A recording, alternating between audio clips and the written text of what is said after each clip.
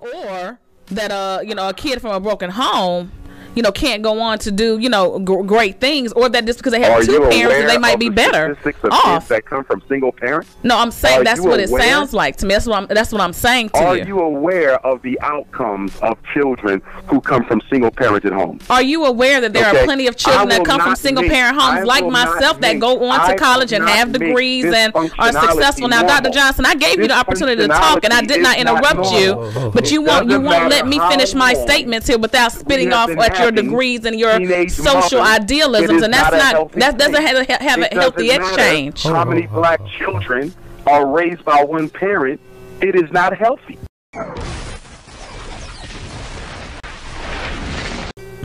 Okay. I have a question. I don't know if it, you know, if you're comfortable with this one, but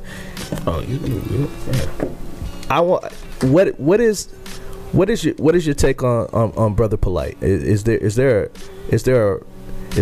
a beef between you two, or you guys just don't? I don't really beef with nobody. You know, to be honest with you, I mean, there's been people in the conscious community who have made disrespectful, insulting videos assassinating my character. Brother Polite was one of them. You know, but that happened some time ago. I don't hold grudges with anybody. So me personally, I don't have anything against the guy.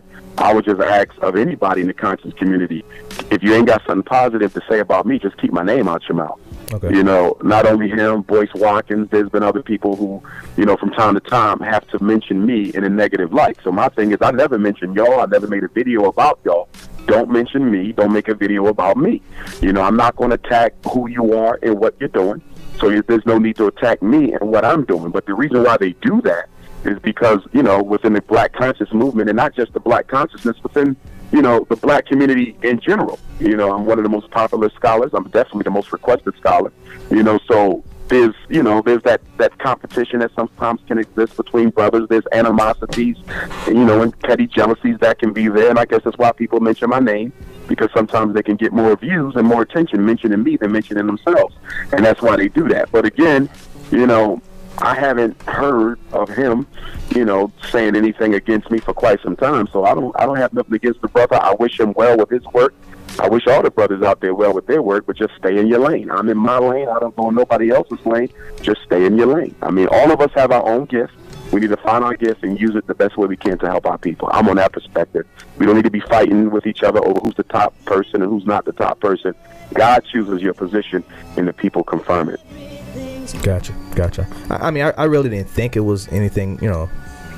No, I ain't got no beef. I mean, normally when somebody mentions me, you know, I'll clap back at them, you know, verbally, say what I got to say, and I just move on from it, you know. But I've learned that because of my stature, you know, I'm an international personality. Most of these guys are local, but I'm international, so I got to be very careful because people watch me all over the place.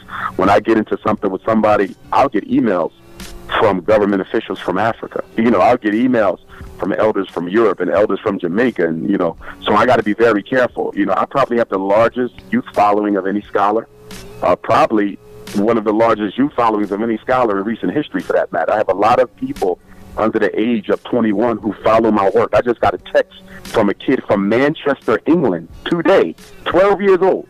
He WhatsApped me, a young kid who met me the last time I was there. I was keynote speaker for the 70th anniversary of the 5th Pan-African Conference, which took place in Manchester, England. So I keynoted that, I think it was last October or the October before last, and I met a 12-year-old kid. Well, that 12-year-old kid, finally, after a year or two, sent me a WhatsApp message today and said, Dr. Umar, how you coming with the school? I hope the school comes. My mom plans on sending me there, yada, yada, yada. So I have to be very careful of how I conduct myself. I recently had a situation with a brother, and I didn't really respond to that situation in the way that people would have expected Dr. Umar Johnson to. So in 2017, you know, I've committed myself to trying to always put the best foot forward and show our young people how they should handle conflicts within the community. Because I'm going to get more attacks because I'm too successful. So I'm going to get more attacks. You know, more of them are going to come, but I do have to show a better way of handling that conflict because we got enough brothers killing brothers on the street. Of course, we're not going to engage in that behavior, but killing each other verbally isn't too much better than killing each other physically.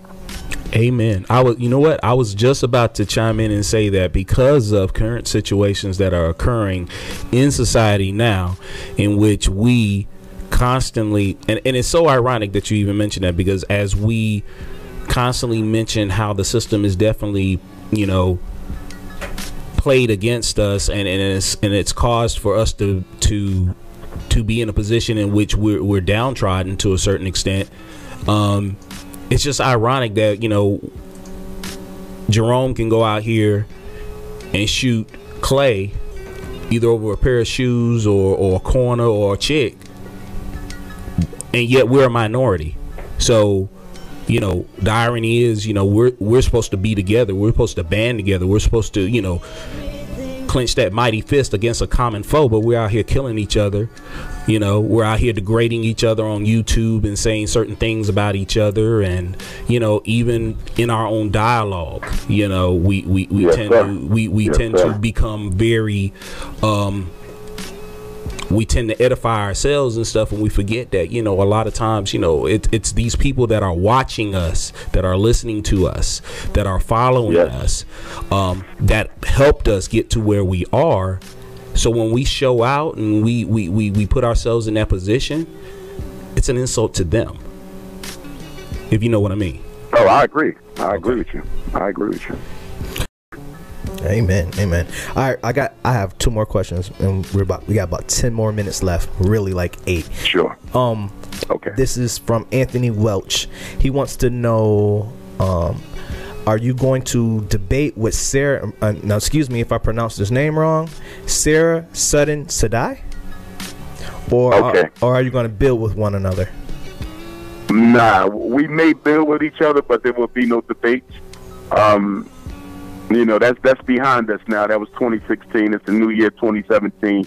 So I'm moving forward in positive energy. But one thing I am going to do, and if there's anyone listening to your show who would like to be a part of this, they can let me know. I will be hosting a first annual International Black Consciousness Convention, and it's probably going to be held in New York City. First annual International Black Consciousness Convention, where everybody who's into black consciousness, knowledge of ourselves, improving our people, can come together in politics and engage one another and strategize and begin to build the reality that we need. Because one thing about the black consciousness movement, and of course, you know, I kind of supersede that, and I deal with the whole black community, not just the black conscious community, but there's a lot of contradictions in black consciousness. And I would say the biggest contradiction within black consciousness today is that we largely operate just like the church that we claim is at the center of the problems that face black people. I mean, when you hear a lot of brothers and sisters in the conscious community, they condemn the church. They say the church got our people brainwashed, the church is taking our people's money.